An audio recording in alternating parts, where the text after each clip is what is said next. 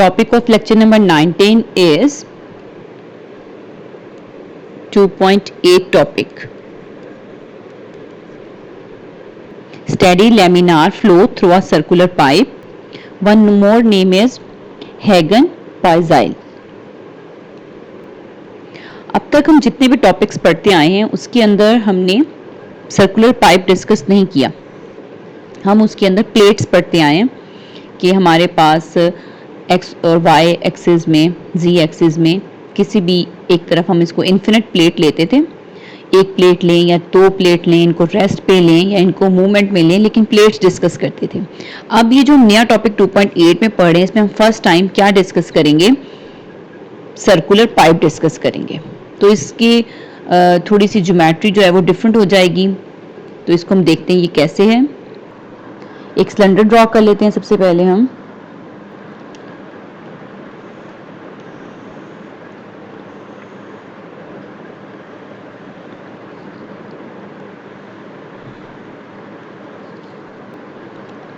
और यहाँ पे हम कंसिडर करते हैं ये हमारा एक्सिस है, किसका? सिलेंडर का एक्सिस. और जो सिलेंडर का रेडियस है उसको हम कंसिडर करते हैं ये हमारे पास r है.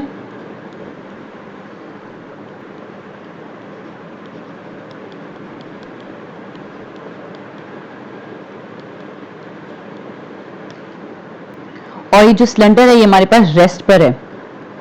ठीक है, मूव नहीं कर रहा, सिलेंडर रेस्ट पर है. और जो सिलेंडर है वो इन्फिनिट है अपनी इसी एक्सिस, जो सिलेंडर का एक्सिस है इसी साइड पर ये क्या है? इन्फिनिट है. इसी साइड पे हमने इसको इन्फिनिट लिया है. ये सिलेंडर इस तरह से पड़ा हुआ है कि ये हमारे पास यहाँ पे ले लेते हैं. अगर ये हमारे पास एक्स एक्सिस है, ये हमारे पास वाई एक्सिस है, तो ये जो ये हमने एक्सिस ऑफ सिलेंडर लिया है इसको हम कहते हैं ये हमारे पास जी एक्सिस है. और जो हमारा फ्लो है वो हमारे पास जी एक्सिस की डायरेक्शन में, यानी हमारे पास सबसे पहले तो फ्लूइड ले लेते हैं. यहाँ पे हमारे पास ये फ्लूइड है सारा जो इसके अंदर है. ठीक है, फ्लो हमारे पास आ गया इस डायरेक्शन में. ठीक है, अब हम लोगों ने नेक्स्ट ये चेक करना है कि फ्लूइड के ऊपर क्या क्या कंडीशन, यानी फ्लूइड किस टाइप का है हमारे पास. सबसे पहले हमारे पास ये है कि जो हमारा फ्लूइड है, नंबर 1 हमारा जो फ्लूइड है वो विस्कस है.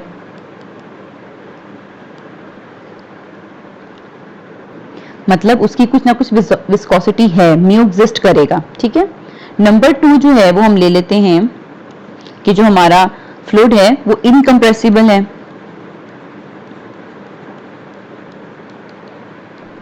इनकम्प्रेसिबल का क्या मीनिंग है? इट्स मीन कि उसकी जो डेंसिटी है हमारे पास रो वो कांस्टेंट है, वो चेंज नहीं हो रही. थर्ड हम कंडीशन लेते हैं फ्लूइड के ऊपर, जो हमारा फ्लूइड है वो है स्टेडी. स्टेडी मीन जो फ्लूइड की प्रॉपर्टीज हैं वो टाइम पर डिपेंड नहीं कर रही. ठीक है. नंबर 4 हम ये भी यहाँ पे बात करते हैं कि ये हमने जो लिया है नॉन यूनिफॉर्म लिया है. जो हमारा फ्लूइड है वो नॉन यूनिफॉर्म लिया है. इसका मतलब है कि जो इसके स्पेस कोऑर्डिनेट है उस पर डिपेंड करता है हमारा जो फ्लूइड है. ठीक है. और नंबर 5 हम ये कह देते हैं ये लैमिनार है.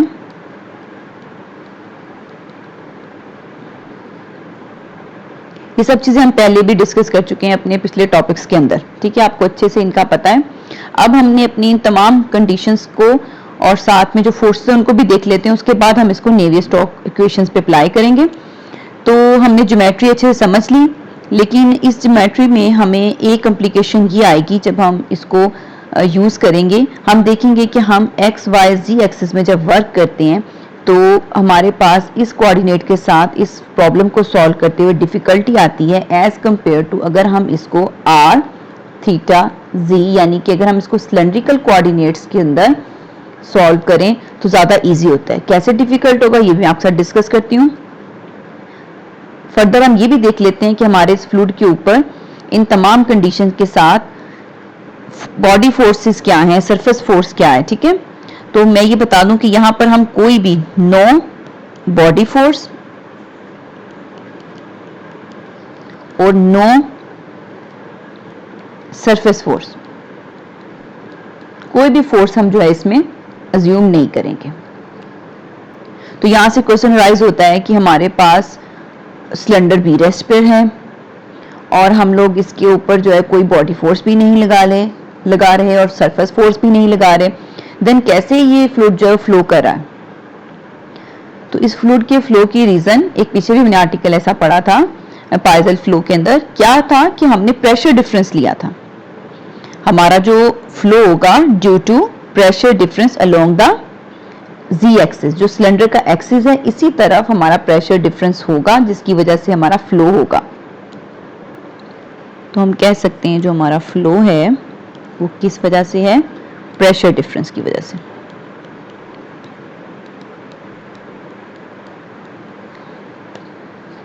और वो किसके अलोंग लिया है हमने, अलोंग सिलेंडर ऑफ एक्सिस कह लें या अलोंग जी एक्सिस कह लें।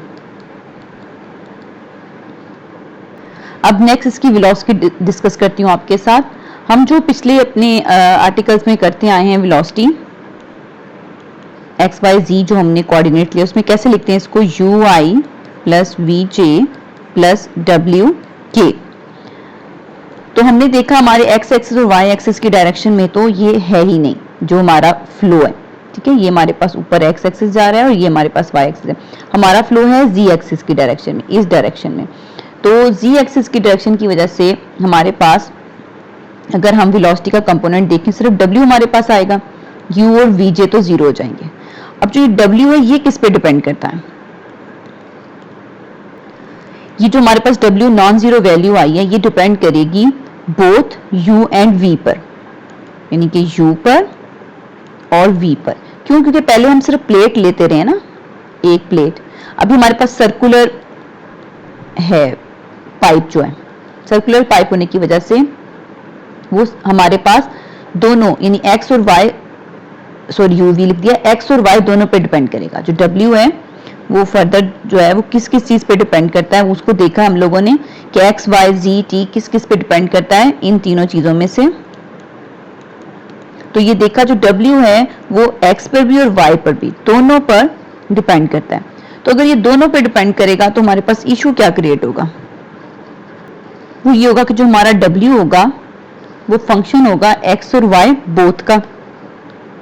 तो जब हम इसको पुट करेंगे अपनी नेवियर-स्टोक्स इक्वेशन में तो हमारा जो वेलोसिटी का कंपोनेंट है वो हम कहेंगे कि दो फंक्शंस पर डिपेंड करके, दो वेरिएबल्स में चला गया। वेलोसिटी जो है वो एक चीज का फंक्शन नहीं रही, दो चीजों का बन गई है। तो फिर हम इसको जो है पीडीज में नहीं लेके जा सकेंगे, यानी हम इस ओडीज में ही रह जाएंगे। हमारे पास पार्शियल के अंदर वर्क करेंगे हम, क्योंकि दो चीजों का फंक्शन होगा जो वेलोसिटी होगी, और बहुत सारी वैल्यूज हमारी नेवियर-स्टोक्स इक्वेशन में नॉन जीरो हो जाएंगी इन दो की वजह से, जिसकी वजह से हमारी इक्वेशन भी डिफिकल्ट हो जाएगी। तो हमारा सॉल्यूशन जो है वो डिफिकल्टी की तरफ जा रहा है। तो तब हमने ये देखा कि अपने एक वेलोसिटी को एक चीज का फंक्शन में ये नहीं गई, दो में चली गई है, तो इससे अवॉइड करने के लिए हम अपने एक्सिस यानी कोऑर्डिनेट सिस्टम को चेंज कर लेते हैं और हम इसको एक्स वाई जी से चेंज कर किस में कर लेते हैं, आर थीटा जी में। इसका क्या बेनिफिट होगा ये देखिए मेरे साथ। सिलेंड्रिकल के केस में हमारे पास जो वेलोसिटी होगी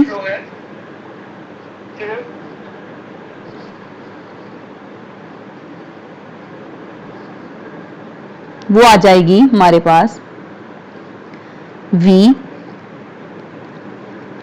are E R plus V theta E theta plus V G E G, इस तरह से। इस केस में हमारे पास अगर हम गौर करें कि वी आर और जो वी थीटा है वो जीरो हो जाएंगे, सिर्फ वी जी हमारे पास बचेगा। ये वी आर और वी थीटा किस तरह जीरो होगा इसको देखें। ये हमारे पास डायरेक्शन, इस डायरेक्शन में जो है फ्लूइड जो है फ्लो कर रहा है, इस डायरेक्शन में। अब डायरेक्शन वो जी एक्सिस की तरफ यानी एक्सिस ऑफ सिलेंडर की तरफ फ्लो कर रहा है, तो ऐसा तो नहीं होगा कि वो इस तरह से इस तरफ इस बाहर की तरफ मूव करना शुरू कर दे। ये इम्पॉसिबल है कि हमारा फ्लूइड जो है वो बाहर की तरफ मूव करना शुरू कर दे, क्योंकि ये हमारे पास अब वी आर है, ये हमारे पास अब वी जी है और ये हमारे पास अब वी थीटा है। और जो हमारे पास यहाँ पे एंगल है उसको हम किस तरह से देखेंगे, ये जो हमारा इसका ये एक सिलेंड्रिकल शेप बनी हुई है, अगर हम उसके साथ यहाँ पे इसके शो करते हैं रेडियस को r से, तो हम कहती हूँ कि इसके साथ ये एंगल थीटा का बनता है यूं। ये सिलेंड्रिकल जब हमने पढ़ी हुई है तो तब हमने ये चीज देखी थी कि इस तरह हम इसका थीटा डेवलप करते हैं। और फिर आप देखें कि हमारा जो फ्लो है वो थीटा के लॉन्ग भी नहीं है, यानी कि अगर थीटा के लॉन्ग हो तो फिर तो हमारा फ्लूइड जो ऐसे मूव करना शुरू कर दे, ऐसा भी नहीं है।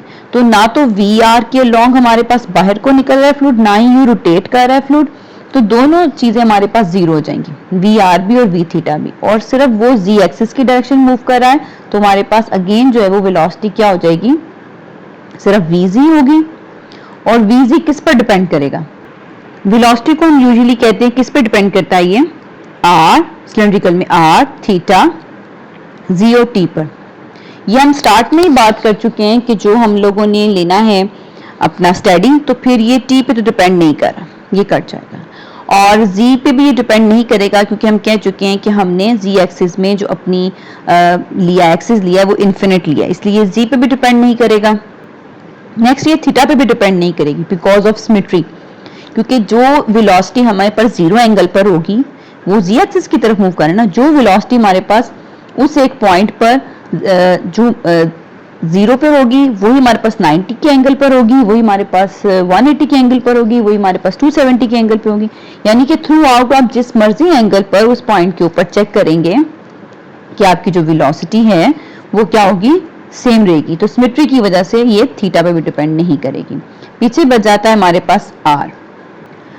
आर पे कैसे डिपेंड करेगी, अब हमारी जो वेलोसिटी है वो डिपेंड कर जाएगी distance from the x axis पर, यानी कि इस पॉइंट, फॉर एग्जांपल हम इस एक पॉइंट पर ले रहे हैं कोई ये फ्लूइड पार्टिकल, उसकी इस पॉइंट पर वेलोसिटी और होगी, यानी कि एक्सिस के पास, जैसे जैसे हम एक्सिस से दूर जाएंगे इसकी वेलोसिटी चेंज होती जाएगी, यानी इन डिफरेंट पॉइंट्स पर इसकी वेलोसिटी डिफरेंट होती जाएगी। जैसे जैसे हम लास्ट पे full radius r distance cover कर लेंगे तो फिर हमारे पास इस पॉइंट पर इसकी वेलोसिटी डिफरेंट हो जाएगी, सबसे मैक्सिमम इस पॉइंट पर होगी, जैसे जैसे हम इससे दूर जाते जाएंगे और एक टाइम पर बिल्कुल बाउंड्री पे जाके इसकी वेलोसिटी जीरो हो जाएगी।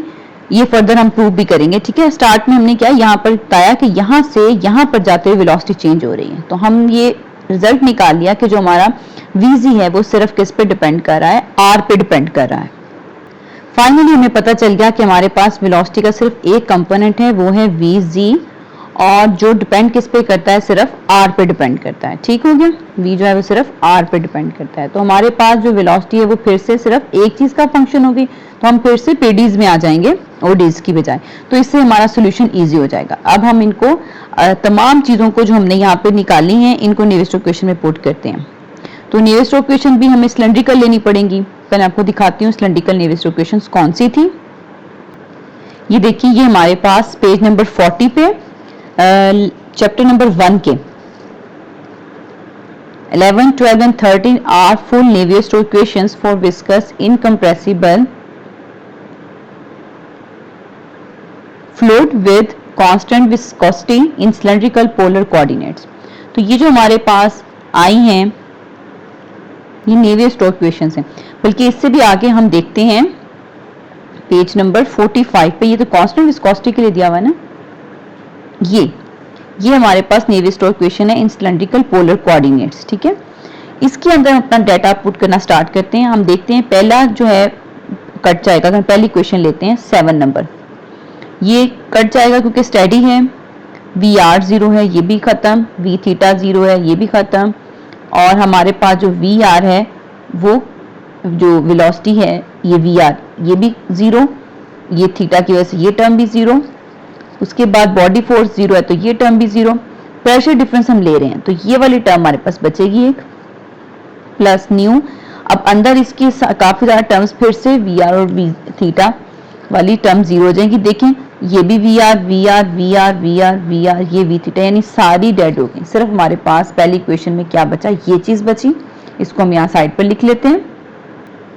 हमारे पास आ गया 0 is equal to -1 over rho partial p over partial r, हमारे पास एक बची। सेकंड देखें, इसके अंदर भी ये वी थीटा, ये जीरो, ये भी जीरो, ये भी जीरो, ये भी जीरो, ये भी जीरो, ये सब जीरो हो जाएंगी। ये तो टाइम की वजह से हो जाएगी और ये वी थीटा की वजह से हो जाएगी। यहाँ पे मध्य वाली सारी टर्म्स वी थीटा और वी आर की वजह से जीरो हो जाएंगी, क्योंकि वी आर और वी थीटा हमारे पास जीरो है। सिर्फ क्या बच जाएगा, ये सेकंड, ये वाला एक बच जाएगा सेकंड इक्वेशन में हमारे पास। तो इसको भी हम लिख लेते हैं, 0 is equal to -1 over rho partial p over partial theta. इसको हम 2 का नेम दे देते हैं। और अब हम देख लेते हैं थर्ड वन इक्वेशन। इसके अंदर हमारे पास कौन कौन से जीरो होंगे। ये स्टेडी की वजह से पहला जीरो, दूसरा वी आर की वजह से जीरो, तीसरा वी थीटा की वजह से जीरो। हमारे पास यहाँ पर ये जो वी जी है ये आ सकता था, लेकिन जो वी जी है वो जी पे डिपेंड नहीं करता, वो मैंने बोला सिर्फ आर पे डिपेंड करता है। तो ये वी जी भी जीरो, यहाँ बॉडी फोर्स भी जीरो। इसमें भी हमारे पास यही प्रेशर वाली टर्म जो है वो बच गई। और न्यू अंदर देखते हैं, ये वीजी आर पे डिपेंड करता है, ये भी बच गई, ये वीजी आर पे डिपेंड करता है, ये भी बच गई, ये भी जीरो, ये भी जीरो। तो ये नेक्स्ट 2 टर्म्स जीरो हो जाएंगी, सिर्फ फर्स्ट 2 टर्म्स बच जाएंगी। तो थर्ड इक्वेशन में हमारे पास जो बच जाएगा उसको भी यहाँ लिख लेते हैं। ये आ जाएगा हमारे पास -0 is equal to -1 over rho partial p over partial z plus nu partial square v z over partial r square plus partial 1 over r partial z over partial r। ये हमारे पास 3 इक्वेशंस बच जाती हैं। अब अपने टॉपिक की तरफ वापस आते हैं कि हमने ये जो इक्वेशंस निकाली हैं नेवियर-स्टोक्स इक्वेशंस के अंदर पुट करके उनको हमने सॉल्व कैसे करना है उसको देखते हैं। ये देखिए, ये हमारा 2.8 टॉपिक था। ये सारा मैंने आपको डिटेल में समझा दिया कि क्यों हमने एक्स वाई जी से मूव करके इसको आर थीटा जी में किया है, और किस तरह हमारा जो वी जी है वो वी जी आर पे डिपेंड करता है ओनली। और उसके बाद जो 3 इक्वेशंस हमारे पास आई 1 2 3 वो किस तरह से नेवियर-स्टोक्स इक्वेशन में पुट करने से हमारे पास आई। तो यहाँ तक आप लोगों का बिल्कुल कंसेप्ट क्लियर हो चुका है। आगे जो वर्क है वो आपका है, ठीक है। मैं पहले भी बता चुकी हूँ, मेरा जो पर्पस है वो आपको ज्योमेट्री बताना है, वो आपको ये बताना है किस तरह फ्लूइड जो है वो आगे मूव करेगा और फ्लूइड जो है वो किस तरह का है। अब आगे जो काम है कि किस तरह आपने इनको सॉल्व करना है ये आपका वर्क है, लेकिन मैं फिर भी थोड़ा सा आपको ये क्लियर कर देती हूँ ये आपने किस तरह करना है। इनको हम पहले कुछ रीअरेंज करेंगे और इसको फिर हम इसमें से वेलोसिटी की वैल्यू निकालने के लिए सॉल्यूशन, मतलब हमने इस ज्योमेट्री के पॉइंट ऑफ व्यू से हमें वेलोसिटी निकाल कर देनी है कि क्या हमारी वेलोसिटी आती है। जैसे आप लोग पिछले कर चुके हैं टॉपिक्स के अंदर कवर, आप साथ में वेलोसिटी निकालते हैं और इसके अलावा आप उसमें वॉल्यूमेट्रिक फ्लो रेट निकालते हैं, मैक्सिमम वेलोसिटी निकालते हैं, मिनिमम वेलोसिटी निकालते हैं, एवरेज वेलोसिटी निकालते हैं और लास्ट में फिर शियर स्ट्रेस निकालते हैं, बाउंड्री पे निकालते हैं, सेंटर में निकालते हैं। वो सब हम काम अब इस इक्वेशंस के साथ करेंगे। पहले तो हमें इस इक्वेशन ने शुरू में ये बता दिया कि जो पहली और दूसरी है, अगर मैं इनको देखूं ये फर्स्ट और ये सेकंड को, तो ये रो वहां जाके 0 से मल्टीप्लाई कर रिमूव हो जाएगा और पार्शियल पी और partial r is equal to 0 आ जाएगा और पार्शियल पी और पार्शियल थीटा भी इज इक्वल टू 0 आ जाएगा। तो यहाँ से ये भी बहुत इजीली क्लियर हो गया, जो हमारा प्रेशर डिफरेंस है वो भी हमने सिर्फ अलोंग जी डायरेक्शन लिया है, आर और थीटा डायरेक्शन में वो हमारे पास इज इक्वल टू 0 है, प्रेशर डिफरेंस इस डायरेक्शन में नहीं है। अब जो थर्ड वन इक्वेशन है इसको हम रीअरेंज करते हैं और 2 टाइम्स जो है हम इसको इंटीग्रेट करेंगे वेलोसिटी की वैल्यू निकालने के लिए। चलिए हम इसकी इंटीग्रेशन स्टार्ट करते हैं। मैं इसको रीअरेंज कैसे कर रही हूँ, सबसे पहले जो है हम अपनी इक्वेशन को रो से अगर मल्टीप्लाई कर देते हैं तो यहाँ से ये रो हमारे पास रिमूव हो जाएगा और ये माइनस पार्शियल पी और पार्शियल जी दूसरी साइड पे जाके पॉजिटिव का हो जाएगा। तो हमारे पास बच जाएगा पार्शियल पी और पार्शियल जी प्लस इसके साथ हमारा रो जो है वो वर्क करेगा और ये चीज वैसे रिपीट हो जाएगी। तो वो हमारे पास मिलकर क्या बन जाएगा, म्यू बन जाएगा, ठीक है। न्यू ओवर जो हमारे पास न्यू आया है हमने रो से मल्टीप्लाई किया उससे हमारे पास क्या आ गया, यहाँ पे म्यू बन जाएगा और अंदर वाली वैल्यू हमारे पास वैसे ही आ जाएगी। अब नेक्स्ट क्या किया है, क्योंकि हमें पता है v जो है वो सिर्फ r का फंक्शन है, तो क्या मैं इसको पार्शियल से मटेरियल डेरिवेटिव में लेके जा सकती हूँ इजीली, यानी कि इसको मैं ओडीज से पीडीज में कन्वर्ट कर लिया है। फर्दर फिर इस तरह किया है कि म्यू को इसके पास ले आई हूँ, इसको मजीद रीअरेंज किया है। रीअरेंज इसलिए कर रहे हैं ताकि हमारी इंटीग्रेशन इजी से इजी होती जाए। और फर्दर फिर मजीद हमने इसको जो है पूरी इक्वेशन को 8 से मल्टीप्लाई किया। हम पार्शियल से ऑर्डिनरी में शिफ्ट हो चुके हैं। अब हम इसको हल करने लगे हैं। इस लेक्चर के स्टार्ट में भी मैंने आपको बोला था ओडीज और पीडीज में वहां एक मिस्टेक हो गई है, उसमें क्लियर कर दूं। वहां पे मैंने बोलना था कि हम पार्शियल में चले जाएंगे जबकि हमें आना चाहिए ओडीज में, ठीक है। तो मैंने आपस में ऑपोजिट बोल दिया था। फिर एक दफा क्लियर कर दूं कि हम लोग जो है अपनी इस इक्वेशन के अंदर जो हमारे पास यहाँ पर है ये हम यहाँ पर पार्शियल में हैं, ठीक है।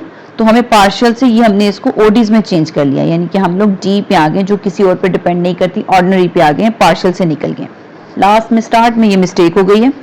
अच्छा, नेक्स्ट जो है अब हमने इसको मजीद जब ओडीज में ले आई हूँ तो फिर ये देखा कि अगर मैं इसको ऊपर आर से मल्टीप्लाई करती हूँ तो ये वाली चीज डी ओवर डी आर अगर इसको मैं बंद करके लिखूं तो इसका डेरिवेटिव खोल तो वापस से ही आ जाता है। तो इसको मैंने शॉर्ट फॉर्म में ऐसे लिख लिया है।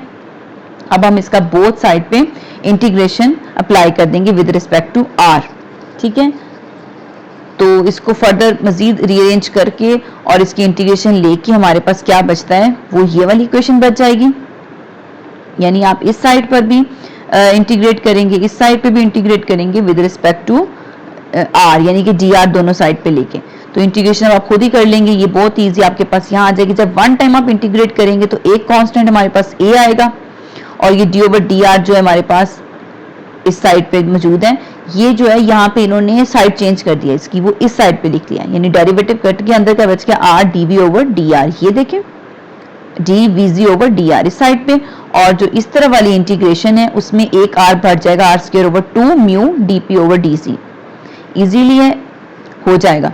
उसके बाद हम इसको वन मोर टाइम फिर इंटीग्रेट कर देंगे इस साइड पे भी और इस साइड पे भी। जब इसकी इंटीग्रेशन करेंगे तो यहाँ पे ये d over d r cut के सिर्फ वी जी आ जाएगा और यहाँ पे r square 4 mu d p over d z, यानी कि फिर वन मोर टाइम ये आर स्क्वायर ओवर 2 हो जाएगा, वो 2 से मल्टीप्लाई होकर 4 हो जाएगा।